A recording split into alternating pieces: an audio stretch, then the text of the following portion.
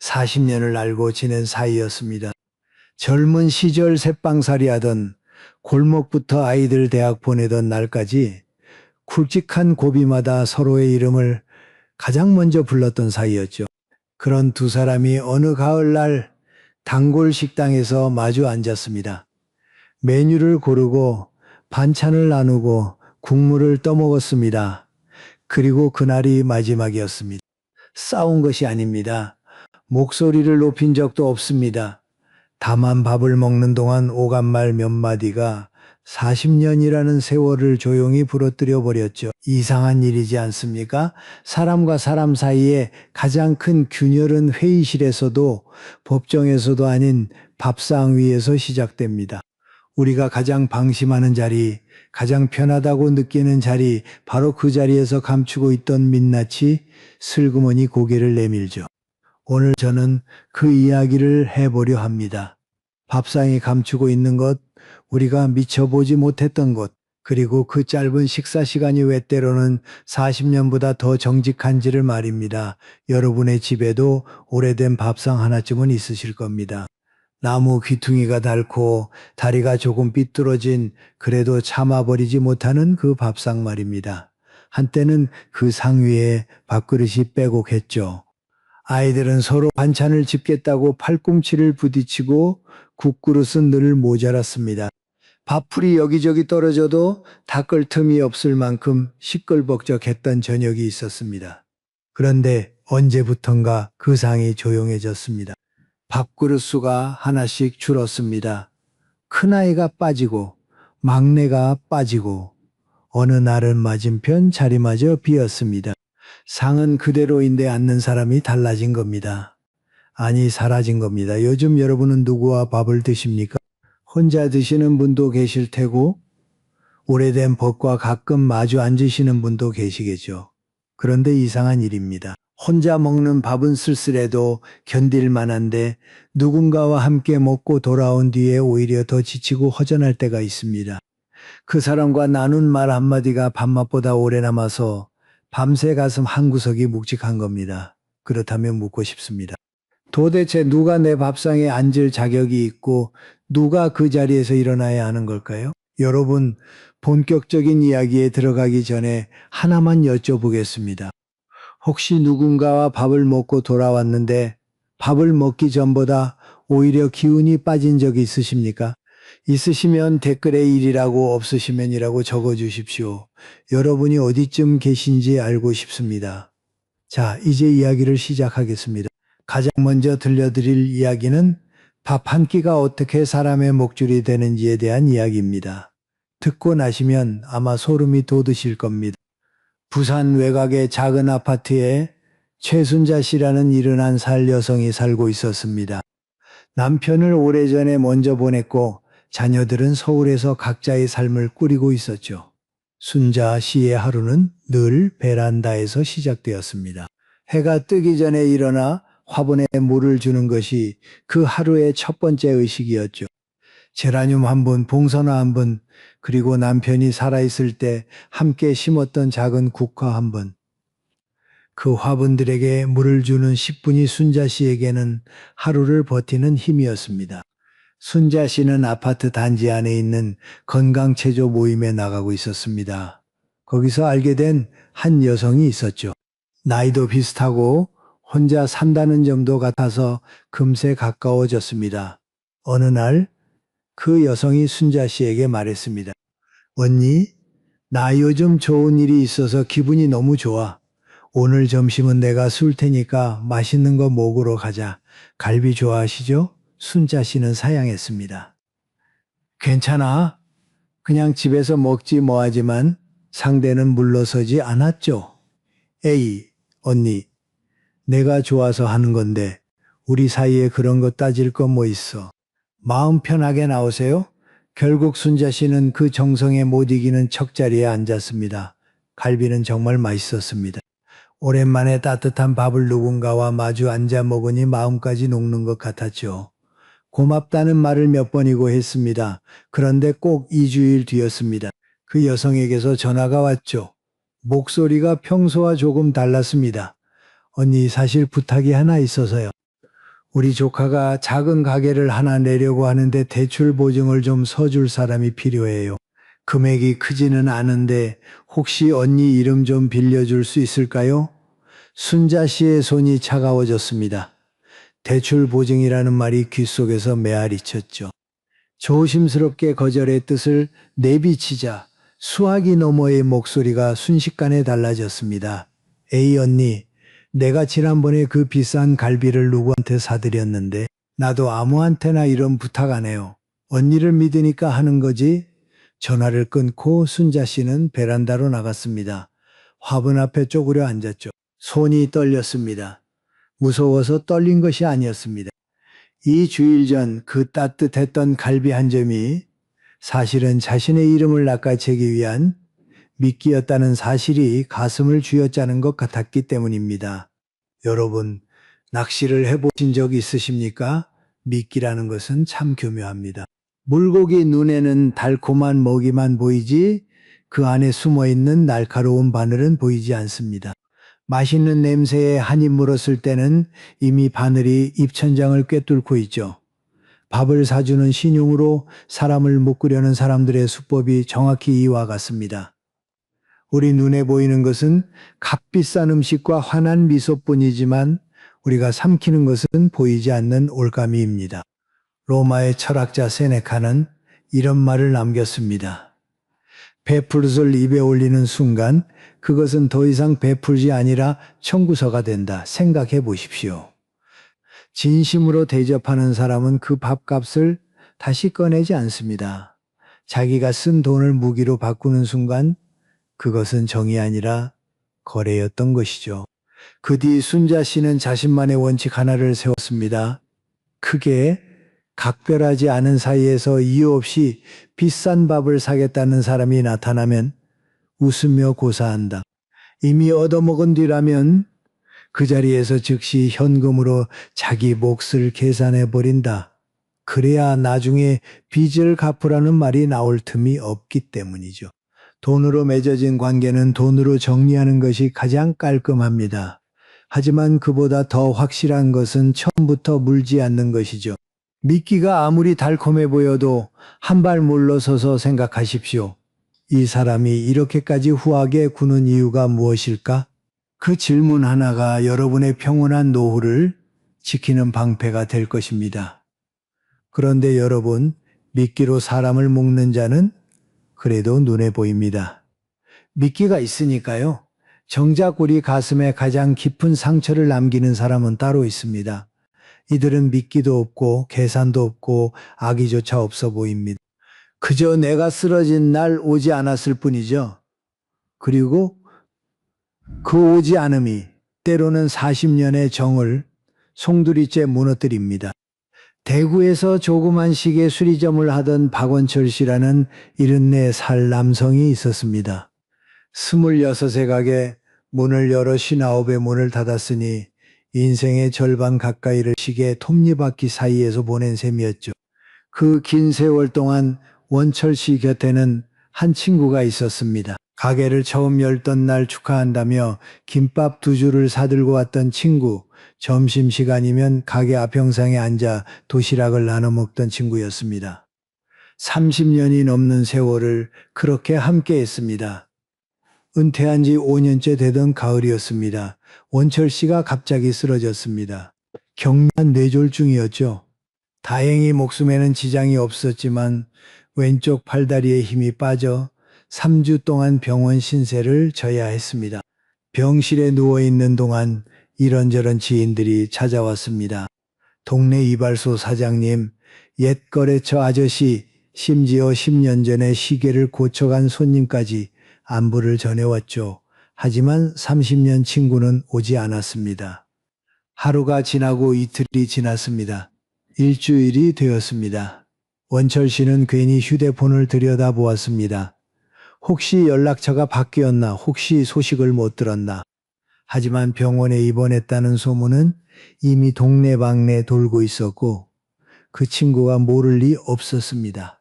18일째 되던 오후였습니다. 원철 씨는 간호사에게 부탁해서 휠체어를 밀어달라고 했습니다. 병실이 너무 답답하다고 했지만 사실 복도 끝에 있는 엘리베이터 앞에 가고 싶었던 겁니다. 이유는 자기 자신도 잘 몰랐습니다. 그냥 사람들이 오가는 곳에 앉아 있고 싶었는지도 모릅니다. 엘리베이터 문이 열렸습니다. 꽃다발을 든 젊은 여자가 내렸습니다. 문이 닫혔습니다. 다시 열렸습니다. 보호자인 듯한 중년 남성이 비닐봉지를 들고 나왔습니다. 문이 닫혔습니다. 또 열렸습니다. 원철 씨는 자신도 모르게 고개를 돌렸습니다. 하지만 낯선 얼굴이었습니다. 문이 닫혔습니다. 기다림이란 참 조용한 고통입니다. 아무도 모릅니다. 병실 침대에 누워서 천장만 바라보는 시간이 얼마나 느리게 흐르는지, 복도에서 발자국 소리가 들릴 때마다 혹시 하고 고개를 돌렸다가 아니구나 하며 다시 눈을 감는 그 순간이 하루에 몇 번씩 반복되는지를 말입니다. 미국 UCLA 대학교의 나오미 아이젠버그 교수 연구팀이 밝혀낸 사실이 있습니다. 사회적으로 고립되거나 가까운 사람에게 무시당할 때 우리 뇌에서 활성화되는 영역이 있는데 그것은 놀랍게도 뼈가 부러지거나 살이 찢어질 때 반응하는 바로 그 통증 영역과 정확히 같다는 것입니다. 쉽게 말씀드리면 이런 겁니다.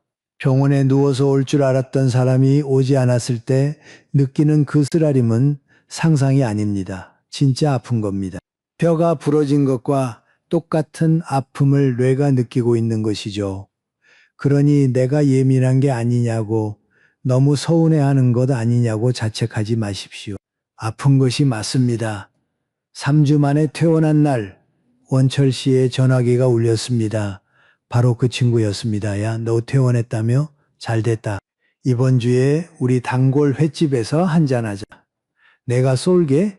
목소리는 밝았습니다. 마치 아무 일도 없었다는 듯이.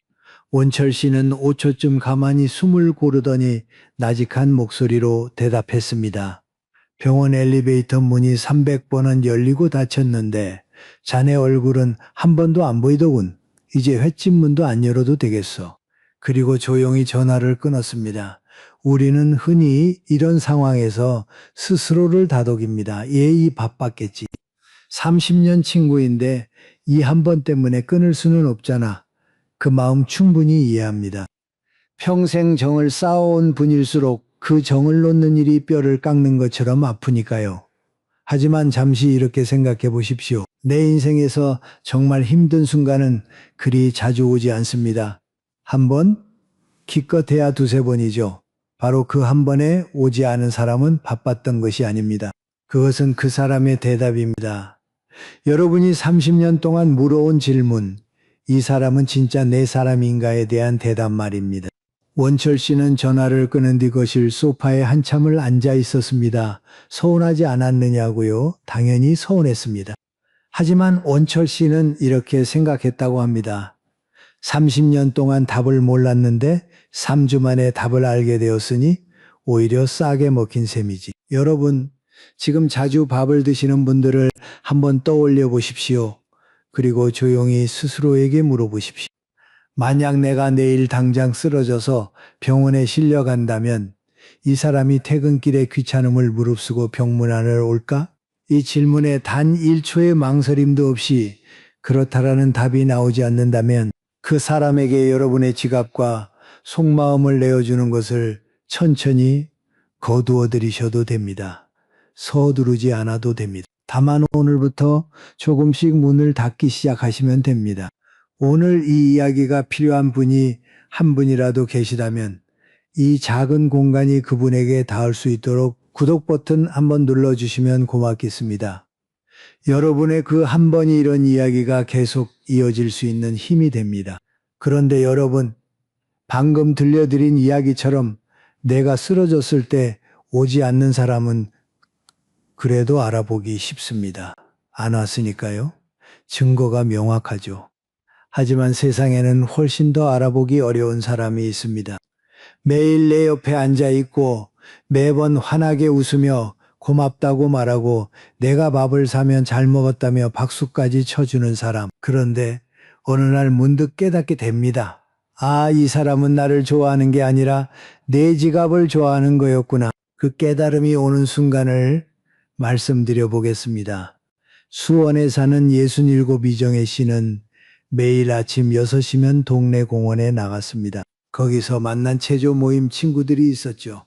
다 같이 팔을 흔들고 허리를 돌리고 웃음꽃을 피우는 그 1시간이 정혜 씨 하루의 활력이었습니다.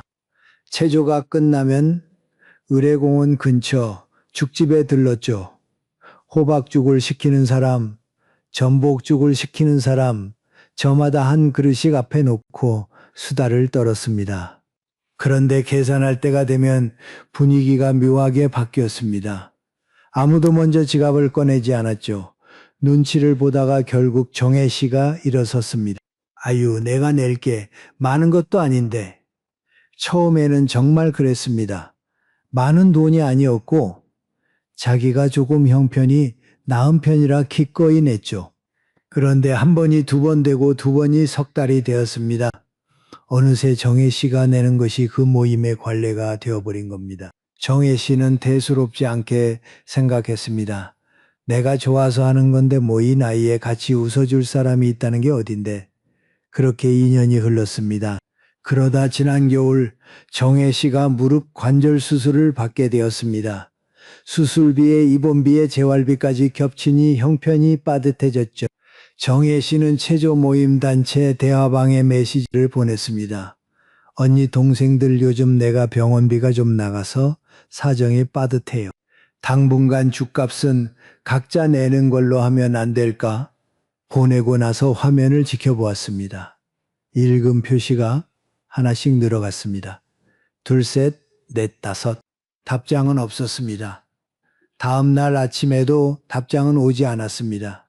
그 다음 날에도 일주일이 지났습니다. 체조 모임은 여전히 열리고 있었죠.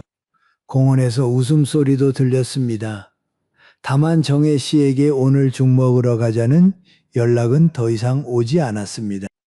여러분, 혹시 이런 적막을 느껴보신 적이 있으십니까?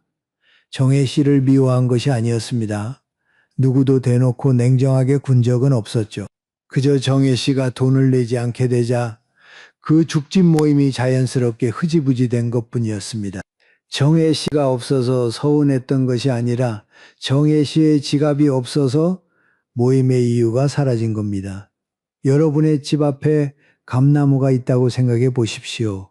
매년 가을이면 감이 주렁주렁 열려서 이웃들이 슬쩍 와서 따갑니다. 처음에는 고맙습니다.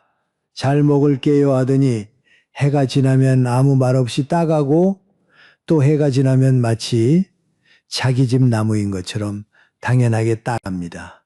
그러다 어느 해 벌레가 들어서 감이 열리지 않았습니다. 그 해 가을 이웃들이 담 너머로 나무를 힐끗 보더니 인상을 찡그렸죠.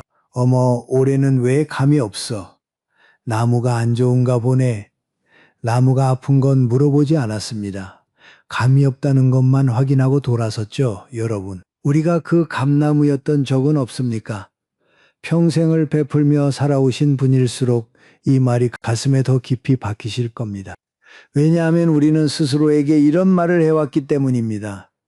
내가 좋아서 하는 건데 뭐나는 받는 것보다 주는 게 편해. 맞습니다. 그 마음은 진심이었죠. 하지만 한 가지 놓친 것이 있습니다. 내가 기꺼이 준다고 해서 상대방이 기꺼이 고마워하는 것은 아니라는 사실입니다. 여기서 한 가지 불편한 질문을 드려야겠습니다. 혹시 그 사람들이 나를 당연하게 여기도록 훈련시킨 사람이 바로 나 자신은 아닐까요? 매번 괜찮아. 내가 낼게라고 말할 때마다 상대방의 머릿속에서는 아, 이 사람은 낸다라는 공식이 한 줄 더 새겨진 것은 아닐까요? 이것은 상대방을 탓하는 이야기가 아닙니다. 나 자신을 돌아보는 이야기입니다. 우리가 선을 긋지 않으면 세상은 그 선이 없다고 판단합니다. 그것이 사람의 본성이니까요. 그러면 내일부터 어떻게 하면 될까요? 거창한 것은 필요 없습니다. 다음번 식사 자리에서 밥이 나오기 전에 이 한마디만 하시면 됩니다. 오늘은 각자 내는 걸로 하자. 우리 사이에 그게 편하잖아. 목소리는 부드럽게 하지만 눈은 흔들리지 않게 그렇게 한 번만 말해 보십시오. 그때 상대방의 반응을 잘 보십시오. 아, 그러자 하며 아무렇지 않게 지갑을 꺼내는 사람이 있을 겁니다. 그 사람은 여러분의 돈이 아니라 여러분이라는 사람을 좋아하는 사람입니다.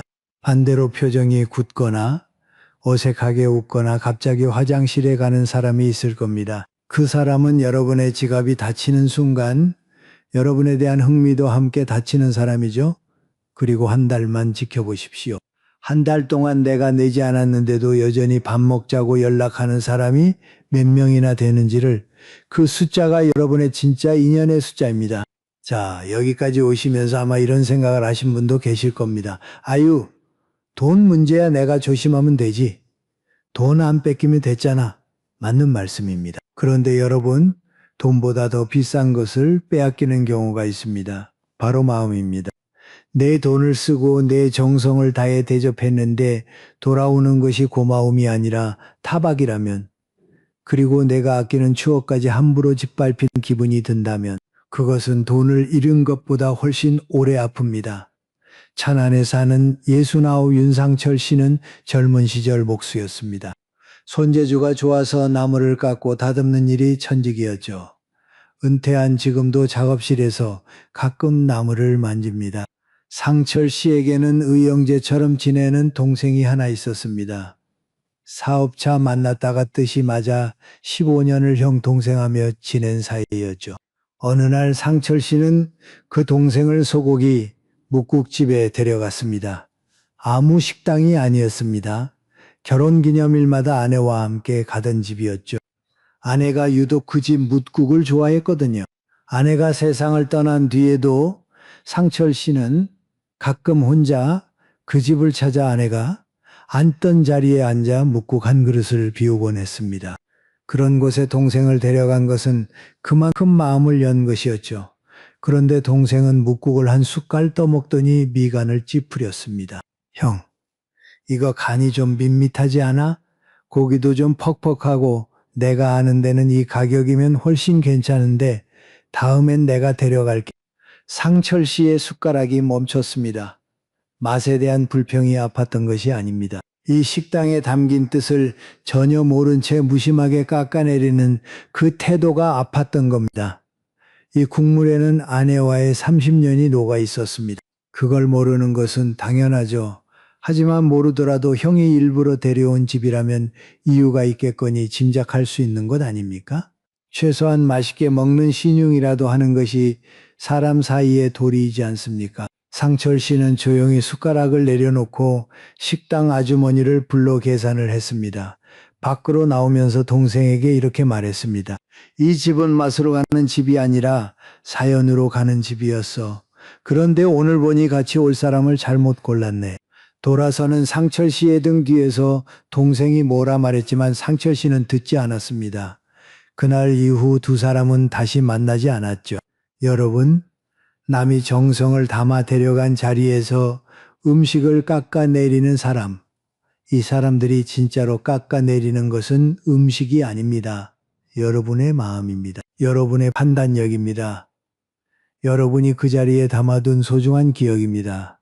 그런가 하면 전혀 다른 방식으로 마음을 후벼 파는 부류도 있습니다. 이른들 백재성 씨는 동네 보훈회 모임의 오래된 총무였습니다. 매달 한 번 회원들과 점심을 먹는데 20년 넘게 빠지지 않고 자리를 마련했죠. 식당 예약부터 메뉴 선정, 회비 걷기까지 모든 자비를 도맡아 했습니다.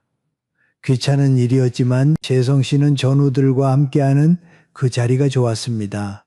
그런데 매번 식사가 끝나고 회비를 거두면 꼭 한 회원에게서 개인 메시지가 왔습니다. 형님, 나는 오늘 술을 안 마셨으니까 술값은 빼주세요. 2만 원만 보내겠습니다.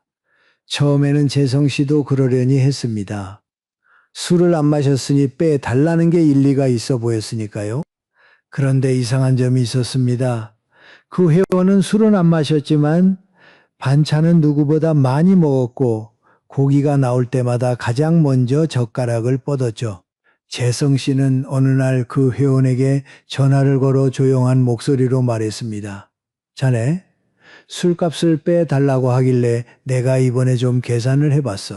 자네가 먹은 고기랑 반찬 양이면 술값보다 더 나오더군. 앞으로는 그냥 같은 금액으로 내는 게 서로 깔끔하지 않겠나? 수화기 너머에서 헛기침 소리가 들렸습니다. 그 뒤로 그 회원은 두 번 다시 술값을 빼달라는 말을 하지 않았죠. 여러분, 이 두 사람은 겉보기에 전혀 달라 보입니다. 하나는 음식을 깎아내리고 하나는 돈을 깎으려 하죠. 하지만 밑바닥을 들여다보면 똑같은 뿌리를 가지고 있습니다. 바로 밥상 위에 놓인 상대방의 마음이 보이지 않는 사람이라는 것입니다. 옛말에 가는 정이 있어야 오는 정이 있다고 했습니다. 그런데 이런 사람들은 오는 정만 세고 가는 정은 셀 줄 모릅니다. 남이 내 그릇에 담아준 것은 그램 단위로 따지면서 내가 남의 그릇에서 퍼간 것은 기억조차 하지 않죠. 상철 씨의 동생이 깎아내린 것은 묵국 한 그릇이 아니었습니다. 30년 부부의 추억이었습니다. 재성 씨의 회원이 아끼려 했던 것은 술값 몇천 원이었지만 잃어버린 것은 20년 전후의 신뢰였습니다. 이런 사람들에게 마음을 쓸 필요는 없습니다. 상철 씨처럼 조용히 일어서면 됩니다. 재성 씨처럼 한마디 건네면 됩니다. 그리고 다음부터는 그 자리에 그 사람을 부르지 않으면 됩니다. 그것으로 충분합니다. 지금까지 우리는 밥상 위에서 드러나는 사람의 어두운 민낯을 들여다보았습니다. 미끼를 던져놓고 목줄을 채우려는 사람, 내가 쓰러진 날 얼굴조차 비치지 않는 사람, 내 지갑이 다치면 등을 돌리는 사람, 그리고 내 정성을 깎아 내리고 내 수고를 푼돈으로 환산하는 사람. 이야기를 듣는 동안 마음이 좀 무거우셨을 겁니다. 하지만 여러분, 인생이 이렇게 어두운 이야기로만 끝난다면 우리가 여기 앉아 있을 이유가 없지 않겠습니까? 어둠 속에서도 등불은 있습니다. 아주 조용히, 아주 작게, 하지만 분명하게 빛나는 사람들이 있습니다. 오늘의 마지막 이야기는 바로 그 등불 같은 사람들에 관한 것입니다. 공주에서 40년 넘게 시장에서 채소를 팔던 김옥분 씨라는 73 할머니가 계셨습니다. 새벽 4시에 일어나 트럭에 채소를 싣고 시장에 나가는 것이 평생의 일과였죠. 손은 갈라지고 허리는 굽었지만 옥분 씨의 목소리는 언제나 시장 골목에서 가장 크고 활기찼습니다. 아이고 사장님, 오늘 시금치가 끝내줘요. 한 단 가져가 봐요. 옥분 씨의 단골 중에 10살쯤 어린 여자분이 한 명 있었습니다. 매주 목요일이면 어김없이 들러서 시금치 한 단, 깻잎 한 묶음을 사가는 분이었죠. 이름도 몰랐습니다. 그냥 목요일 손님이라고 불렀죠. 그러다 어느 비 오는 날 그 손님이 우산도 없이 흠뻑 젖어 나타났습니다. 옥분 씨가 어머나 비 오는데 뭐하러 나왔어요? 하며 비닐을 하나 씌워주었더니 그날따라 그 손님이 오래 머물렀습니다. 이런저런 이야기를 나누다 보니 그분도 혼자 사는 처지였고 딸이 멀리 제주도에 있다는 것을 알게 되었죠. 그 뒤로 두 사람은 가끔 시장 안 칼국수집에서 밥을 먹기 시작했습니다. 옥분 씨가 사는 날도 있었습니다. 어느 쪽이 내든 아무도 신경 쓰지 않았죠. 그러다 지난 봄 시장을 접고 은퇴한 옥분 씨가 오랜만에 그 동생에게 연락해서 밥을 먹자고 했습니다. 설렁탕 한 그릇을 시켜서 나눠 먹었죠. 옥분 씨가 계산을 마치고 나오자 동생이 옥분 씨의 손을 잡았습니다. 꼭 잡았습니다. 그리고 눈을 맞추며 이렇게 말했습니다. 언니, 오늘 국물이 정말 시원했어요. 근데 국물보다 언니 얼굴 보는 게 더 시원했어. 바쁘실 텐데 불러줘서 고마워요. 그냥 잘 먹었어. 한마디면 될 것을 이 사람은 왜 이렇게까지 정성스럽게 말하는 걸까요? 옥분 씨는 괜히 코끝이 찡해졌습니다. 그도 그럴 것이 시장에서 40년을 남에게 퍼주고 살았는데 잘 먹었다는 말조차 제대로 들어본 적이 몇 번이나 되었던가 싶었기 때문이죠. 그런데 그 동생의 진심은 여기서 끝이 아니었습니다. 일주일 뒤 옥분 씨의 현관문 앞에 비닐봉지 하나가 놓여 있었습니다. 안에는 깻잎이 수북했죠. 쪽지가 하나 끼워져 있었습니다. 언니, 우리 집 앞 화단에서 기른 깻잎이에요. 참기름에 밥 비벼서 이걸로 싸 드세요. 지난번 설렁탕이 자꾸 생각나서요. 옥분 씨는 그 비닐봉지를 안고 한참을 서 있었습니다. 깻잎 한 묶음이 돈으로 얼마나 되겠습니까? 시장에서라면 1,000원도 안 되는 것이죠. 하지만 그 1,000원짜리 깻잎이 담고 있는 무게는 달랐습니다. 지난번 밥이 고마웠다는 것, 그래서 뭐라도 하고 싶었다는 것, 돈이 없으면 없는 대로 마음을 쓰는 사람이라는 것, 그 모든 것이 깻잎 향 속에 배어 있었습니다. 여러분, 보답이란 반드시 돈이어야 하는 것은 아닙니다. 비싼 밥을 사야만 고마움을 갚는 것도 아닙니다. 집 앞 화단에서 뜯은 깻잎 한 줌도 되고 아침에 보내는 날씨 걱정 문자 한 통도 됩니다. 중요한 것은 크기가 아니라 방향입니다. 내가 받은 것을 기억하고 그것을 어떤 형태로든 돌려주려는 마음의 방향. 그 방향이 있는 사람은 여러분의 밥상에 평생 앉혀두셔도 좋습니다. 그렇다면 사람의 마음을 어떻게 알 수 있을까요? 밥을 사고 식당 문을 나서는 그 순간 상대방의 첫마디를 귀 기울여 들어보십시오. 발걸음을 멈추고 여러분의 눈을 보며 오늘 정말 잘 먹었어. 고마워라고 말하는 사람이 있다면 그 사람의 마음속에는 여러분을 위한 자리가 마련되어 있는 겁니다. 그 첫마디 하나가 사람의 전부를 보여줍니다. 자, 여기서 한 가지 더 말씀드리고 싶은 이야기가 있습니다. 이것은 어쩌면 오늘 이야기 중에서 가장 중요한 이야기일지도 모릅니다. 68 신동호 씨는 얼마 전에 동네 문화센터에서 서예 수업을 듣기 시작했습니다. 거기서 알게 된 후배가 하나 있었죠. 말수가 적고 조용한 사람이었습니다. 어느 날 수업이 끝나고 둘이 시장통 허름한 칼국수집에 들어갔습니다. 점심시간이라 식당이 정신없이 바빴죠. 나이 지긋한 아주머니가 혼자서 주방과 홀을 오가며 구슬땀을 흘리고 있었습니다. 칼국수가 나왔습니다. 후배가 면을 집어 올리다가 바쁘게 돌아서려는 아주머니를 향해 가볍게 고개를 숙였습니다. 사장님, 오늘 유독 바쁘시네요. 뜨거운 거 나르시느라 고생 많으세요. 잘 먹겠습니다. 별것 아닌 말이었습니다. 하지만 아주머니의 굳어있던 얼굴에 환한 미소가 번졌습니다. 아이고 감사합니다 고객님. 맛있게 드세요 하며 발걸음이 한결 가벼워진 것이 눈에 보였죠. 식사를 마친 뒤였습니다. 동호 씨가 자리에서 일어나려는데 후배가 식탁 위에 흩어져 있는 빈 그릇들을 슬그머니 한쪽으로 모으기 시작했습니다.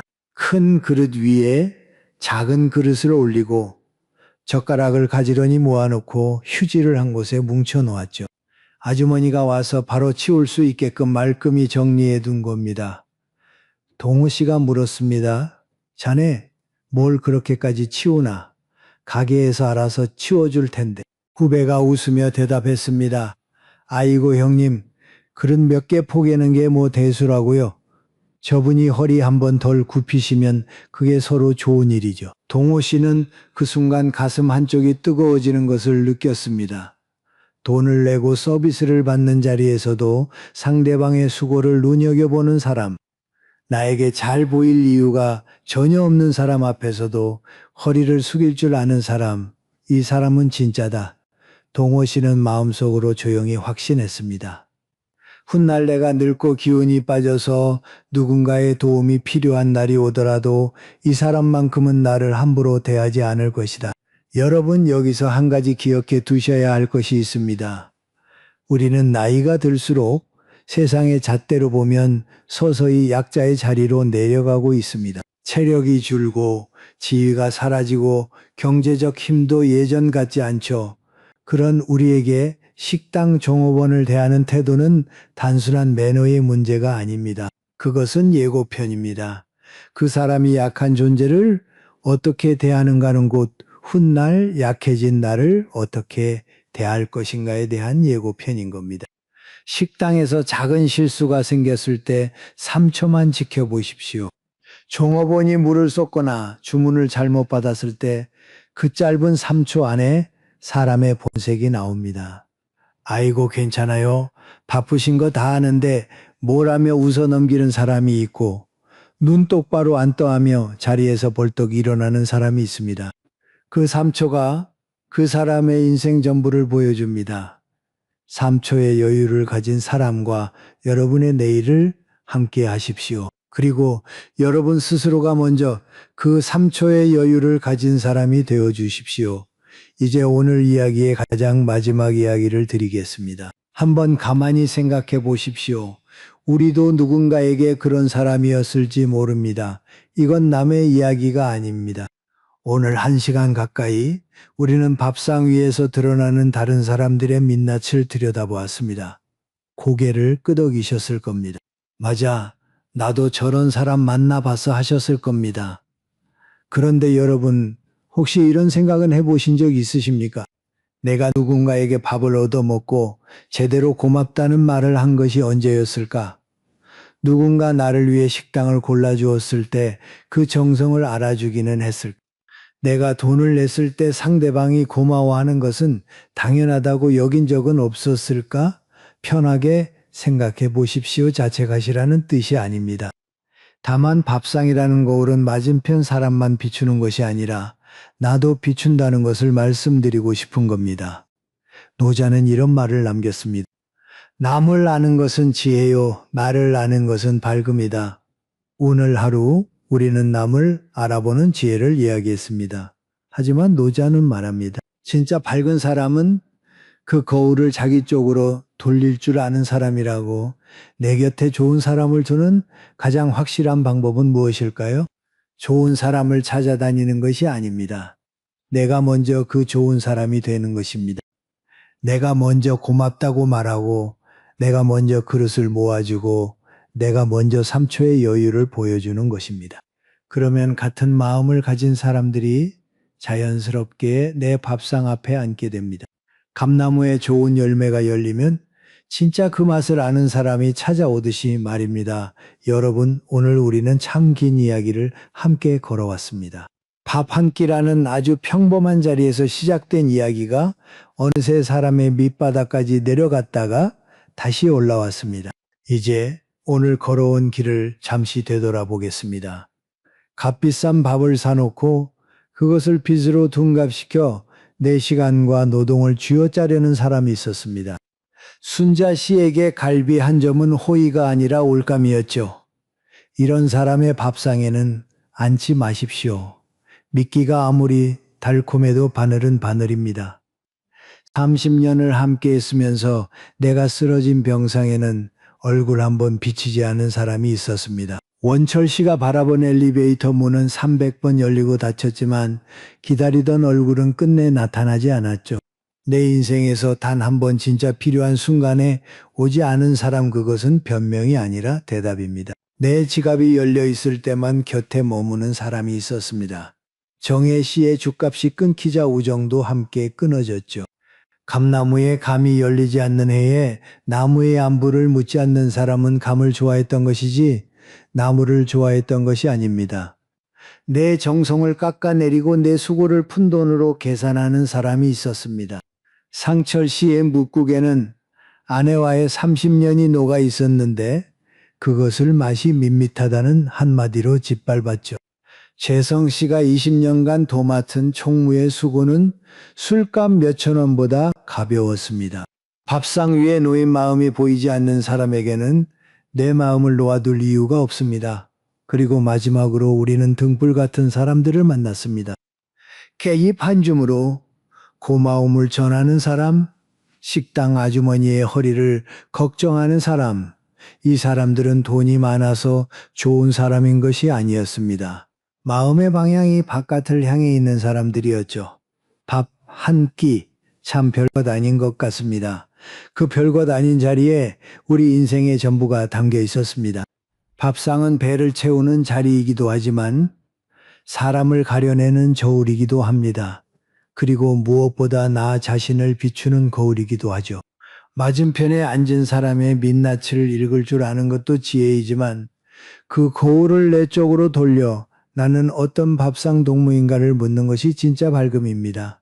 여러분, 오늘 이 이야기를 들으시는 동안 머릿속을 스쳐 지나간 얼굴이 있으셨을 겁니다. 어떤 얼굴은 떠올리자마자 씁쓸해지셨을 테고 어떤 얼굴은 떠올리자마자 입꼬리가 올라가셨을 겁니다. 그래서 여러분께 묻고 싶습니다. 지금 여러분의 곁에는 기꺼이 내 지갑을 털어 밥을 사주어도 결코 아깝지 않은 사람이 몇 분이나 계십니까? 한 분이어도 좋습니다. 아니, 한 분이면 충분합니다. 그 한 분이 있다면 여러분의 노후는 결코 가난하지 않습니다. 반대로 다음번 밥 약속을 정중히 거절해야 할 사람이 떠오르셨다면 그것도 오늘의 소중한 수확입니다. 거절은 야박한 것이 아닙니다. 나를 지키는 가장 조용한 용기입니다. 아래 댓글에 여러분의 이야기를 남겨주십시오. 밥상에서 마음이 무너진 경험이든 밥 한 끼로 사람을 다시 믿게 된 경험이든 무엇이든 좋습니다. 여러분의 한 줄 한 줄이 지금 이 영상을 보고 있는 누군가에게 깊은 위로가 됩니다.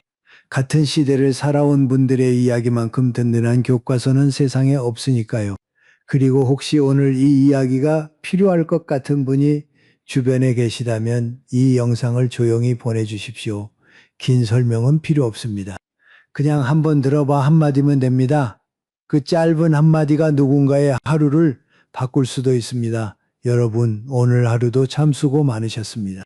밥을 짓고 상을 차리고 누군가를 먹이고 치우는 일을 수십 년 해오신 분들입니다.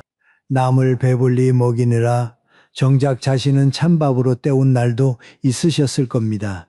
이제는 여러분이 따뜻한 밥을 드실 차례입니다.